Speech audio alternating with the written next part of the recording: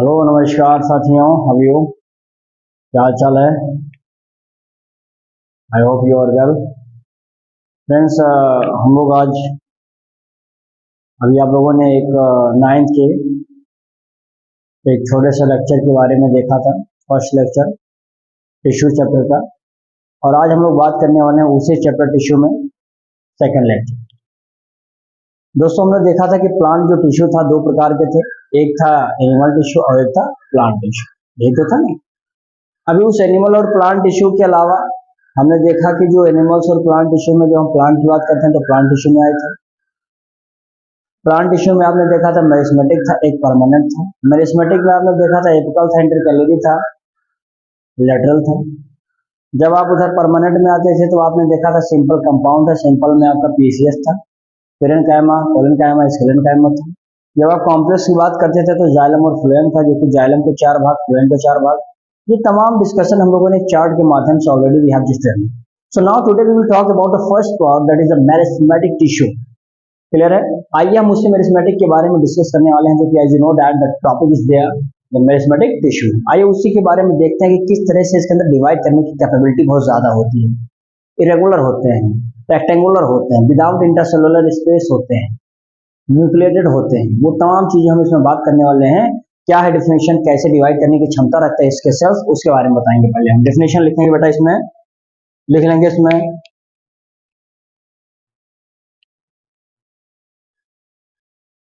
a group of a group of tissue a group of tissue breaker मतलब young young होते हैं ये सब, ठीक है ना, that have ability of active cell division, यानी जिसके पास सेल डिवीजन करने की क्षमता होती है उसको क्या बोलते हैं, मेरिस्मेटिक टिश्यू बोलते हैं। पहला पॉइंट मेरे हिसाब से क्लियर हो गया होगा भैया, है ना? आगे देखेंगे। It's found in all growing regions of a plant. पौधे का कौन सा ग्रोइंग रीजन है, चाहे वो रूट का टिप हो, चाहे आपका शूट का। एग्जाम्पल जैसे ले लो, सच एज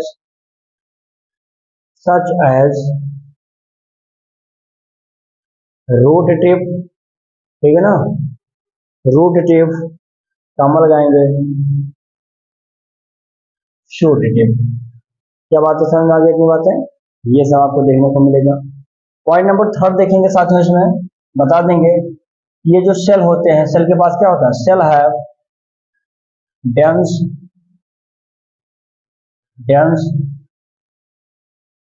ग्रैनुलर साइटोप्लाज्म, जिसके पास क्या होता है, न्यूक्लियस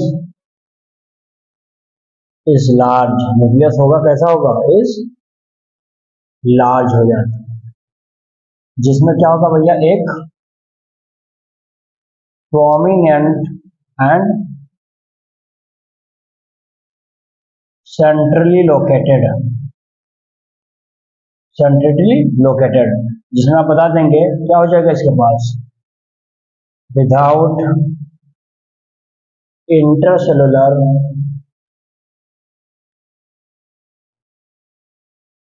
स्पेस, यानी किसी भी प्रकार का जगह। जैसे मान लो कि ये सेल है, देखो ये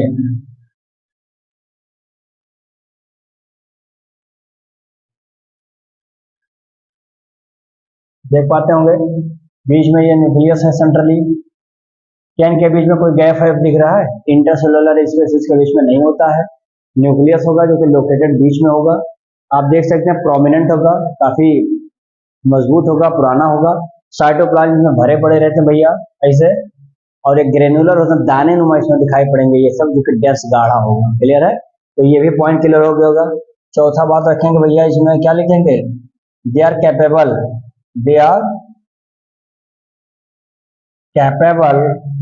of dividing they are capable to dividing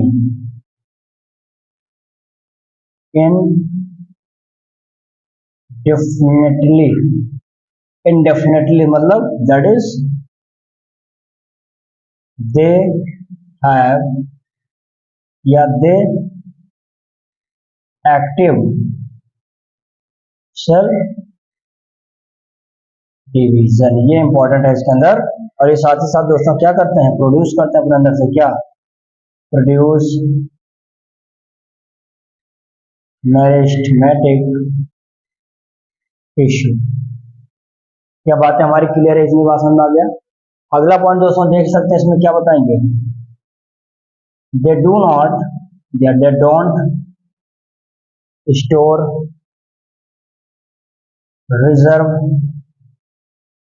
food material,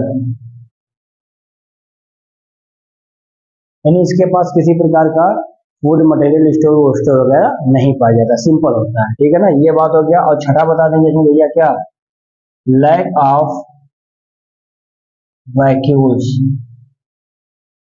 इसके पास क्या होता है, वैक्यूल्स नहीं पाए जाते। क्लियर इतनी बात है। ये हो गया हमारा मेरिस्टेमेटिक टिश्यू के बारे में। अगर इतना बात आप पॉइंट लिखते हैं तो समझ लीजिए बहुत ही बेहतर पॉइंट है, रामबाण पॉइंट। अब हम आगे इसमें एक बात बताएं दोस्तों, यहाँ पर देखेंगे, लिखेंगे according to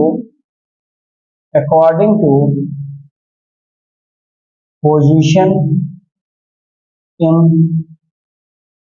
the plant, meristematic जो सेल है बेटा, ये कितना प्रकार के होते हैं, तीन।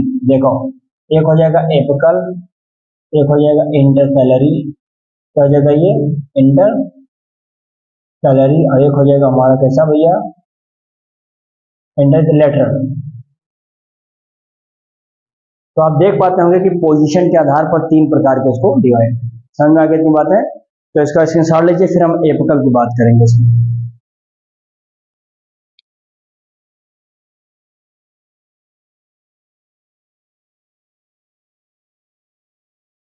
हाँ मुन्ना, चलिए मुन्ना, इसमें देखते हैं मुन्ना क्या है बेटा। देखो अब इसमें हम आ गए हैं कि भाई जो मेरिस्टेमेटिक टिश्यू है इसको मैंने ऑन द पोजीशन के हिसाब से देखा कि कहाँ कहाँ पाया जाएगा। तो पहला आपने देखा कि एपिकल मेरिस्टेम है, दूसरा बेटा आपने देखा होगा यहाँ पर क्या है, ये लेटरल है, और तीसरा कौन सा भैया, इंटरकैलरी मेरिस्टेम है। अब आपसे अगर पूछा जाएगा कि भैया प्राइमरी क्या है, एपिकल, एपिकल माने सबसे टॉप पे, एपिकल मेरिस्टम्स, ये इसको प्राइमरी मेरिस्टम्स के नाम से जानते हैं। कहाँ पर फाउंड होगा भैया, growing tips of stems and root, ये मान लो कि जड़ है और ये रूट है, तना है, स्टेम्स दोनों के सबसे टॉप एरिया पर दोनों के पाए जाएंगे ये। और क्या करेंगे, ग्रोइंग ब्रांच पर होगा ये। क्या कंसिस्ट होगा, consist of a group of cell that give rise primary permanent tissue, ये प्राइमरी परमानेंट टिश्यू का फॉर्मेशन करेगा एक ग्रुप ऑफ सेल, और उसका नाम क्या हो जाएगा, जो क्या बनाएगा, एक प्राइमरी बॉडी बनाएगा। क्या हेल्प करेगा भैया, एपिकल मेरिस्टेम्स किसमें मदद करता है, increase in the length of stems and root, जो लंबाई है रूट का, जो लंबाई है स्टेम्स का, इसमें मदद करना है कौन, एपिकल मेरिस्टेम। क्लियर है, ये आप देख पाते हैं, ये एपिकल मेरिस्टेम्स वाला भाग है, ये टॉप पर है, सबसे ऊपर ग्रो करेगा, जड़ हो चाहे स्टेम से। फिर आते हैं लेटरल, कहां पर आकर होगा, on the side of roots and stems and responsible for increase in the girth अर्थात diameter of the root and stem.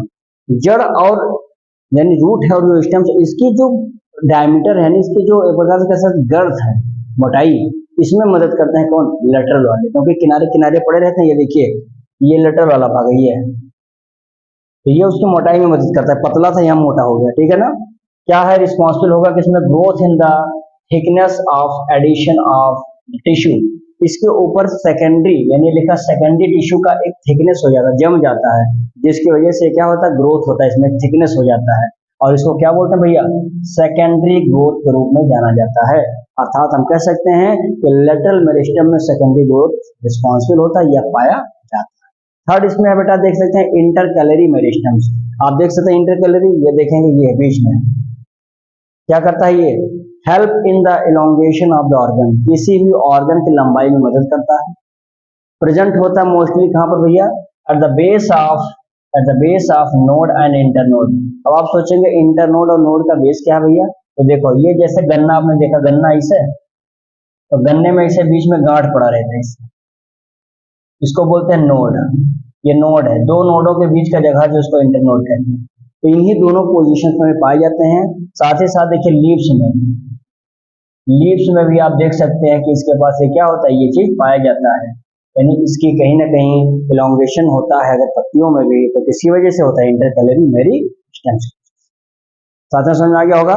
तो चलिए इतना लेक्चर आज का आपका था, ये सेकंड लेक्चर में आज इतना पढ़ेंगे, बाकी हम लोग मिलेंगे थर्ड लेक्चर के साथ। दोस्तों वीडियो अच्छी लगी होगी तो लाइक कमेंट शेयर जरूर कर देना, और जो चैनल को सब्सक्राइब न किया होगा तो चैनल को सब्सक्राइब कर लेंगे। कोई डाउट कोई दिक्कत आती है तो कमेंट बॉक्स में आप क्वेश्चन डाल सकते हैं। अगर इसमें भी आप संतुष्ट नहीं है तो आपको मोबाइल नंबर मैंने दे रखा है 88 404 66 538 करके, तो उस पर आप व्हाट्सअप कर सकते हैं, जिससे आपके जो भी दिक्कतें आएंगी उसका समाधान किया जाएगा। समझ में आ गया? चलिए इसका स्क्रीनशॉट लीजिए, बाकी मिलते हैं नए लेक्चर के साथ, तब तक के लिए बहुत बहुत धन्यवाद।